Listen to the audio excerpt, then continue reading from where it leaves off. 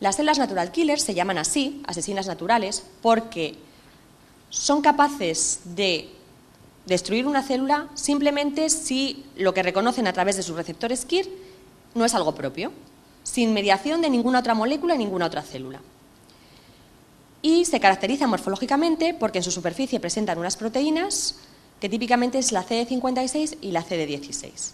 Y hay muchos tipos de natural killer. En el útero hay unas que se caracterizan por tener gran cantidad de expresión de CD56 y muy poquita de CD16. Por eso se llaman CD56 bright y CD16 dim. Son los glóbulos blancos más importantes del útero y más frecuentes en el endometrio y no tienen unas cantidades constantes, sino que es verdad que fluctúan a lo largo del ciclo y también parece que durante el embarazo. Aumentan justo alrededor de la implantación, luego disminuyen, luego vuelven a aumentar. Y no se sabe muy bien de dónde proceden las uterinas. Siempre hemos especulado que proceden de la sangre, pero estudios recientes sugieren que habría una síntesis in situ en el útero a partir de células madre. Hay muchos trabajos, muchos autores que han descrito un exceso de células natural killer, tanto en sangre como en endometrio, en mujeres con fracasos reproductivos, tanto en fallo implantacional como en aborto de repetición. Sin embargo, la mayoría de los metaanálisis y revisiones de la Cochrane no recomiendan el estudio sistemático de las células. Y hay mucha controversia al respecto. ¿Y por qué es esto? ¿Por qué no nos terminamos de poner los médicos de acuerdo sobre si es hacer el estudio o no? Pues lo que ocurre es que la mayor parte de los estudios son muy heterogéneos. Se han hecho con distintas técnicas, no todo el mundo ha empleado la misma metodología, incluso algunos no terminan de encontrar estas diferencias.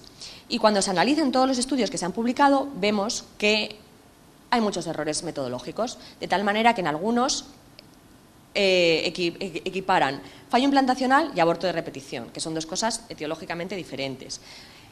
Algunos incluso consideran fallo implantacional en mujeres que solo han tenido un fracaso reproductivo y los meten en el estudio. Evidentemente ahí las natural killer no van a tener un valor porque la mayor parte de las veces es por azar.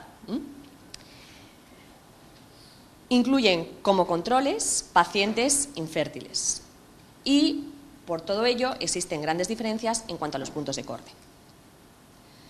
Para intentar resolver en parte esta duda, nosotros, el doctor Lozano, que es el director de nuestro laboratorio, y yo, hicimos un trabajo en 90 mujeres, 17 de las cuales eran donantes de óvulos que habían tenido hijos, por tanto, en principio, fértiles, y 73 mujeres con fallo implantacional, considerando como tal no conseguir embarazo después de al menos 3 transferencias con embriones de buena calidad.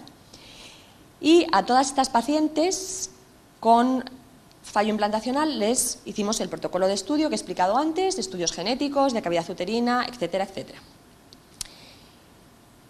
Y tras realizar este protocolo encontramos dos subgrupos. Había algunas pacientes en las que encontramos alguna causa, pues había a lo mejor un carotipo que estaba mal, o a lo mejor algún mioma que no habíamos visto antes, o algún problema inflamatorio dentro del útero, pero había un subgrupo de pacientes, que fueron 32 en concreto, en las que no encontramos absolutamente nada. Y además, todas las que incluimos en el estudio si eran con óvulos propios, eran menores de 40 años, o sea que el factor genético en principio estaba razonablemente descartado.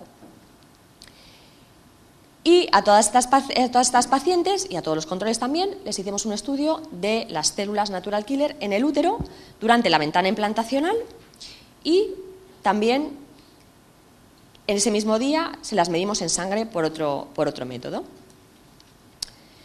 Y encontramos lo siguiente.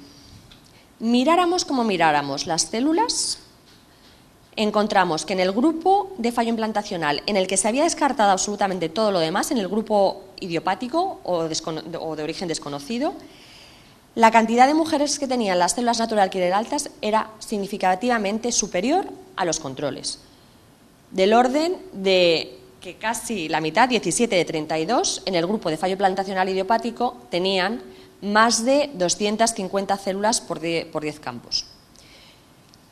Si lo medíamos como el porcentaje de células teñidas frente a las estromales, que es otra forma de medirlo al final al microscopio, pues similar.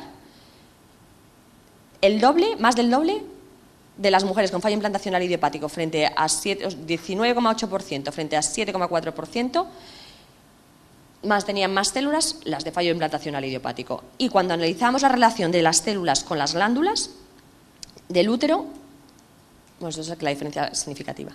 También nos encontramos lo mismo. Sin embargo, las diferencias no eran significativas, o sea, no había diferencias entre las mujeres que tenían fallos implantacionales por otras causas, pues porque tenían un pólipo, tenían un mioma o tenían mal el cariotipo, y los controles. En esos casos no encontramos significativamente más natural killer, pero las que no sabíamos qué les pasaba, como la mitad, tenían las natural killer mal.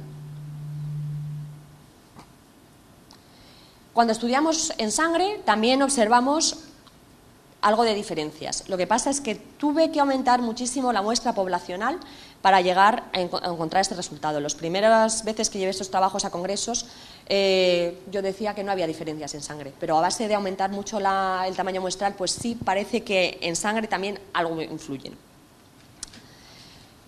En conclusión, cierto número de fracasos en fertilidad son esperables por las propias posibilidades de éxito de los tratamientos de fecundación in vitro. Pero, si después de 3 transferencias con embriones de buena calidad no se consigue embarazo, es necesario iniciar un estudio exhaustivo de las posibles causas. Cuando todos los estudios incluidos en los protocolos asistenciales son normales, se puede recomendar iniciar otros. El embrión es semialogénico, pero no es rechazado por la madre porque existe un equilibrio inmunológico que permite su implantación. La alteración de las células natural killer es el factor inmunológico implicado en el fallo implantacional con más evidencia en la literatura. Pero las células natural killer se deben medir cuando se han descartado otras causas más probables y, si es posible, en el endometrio después de la ovulación. Muchas gracias por su atención.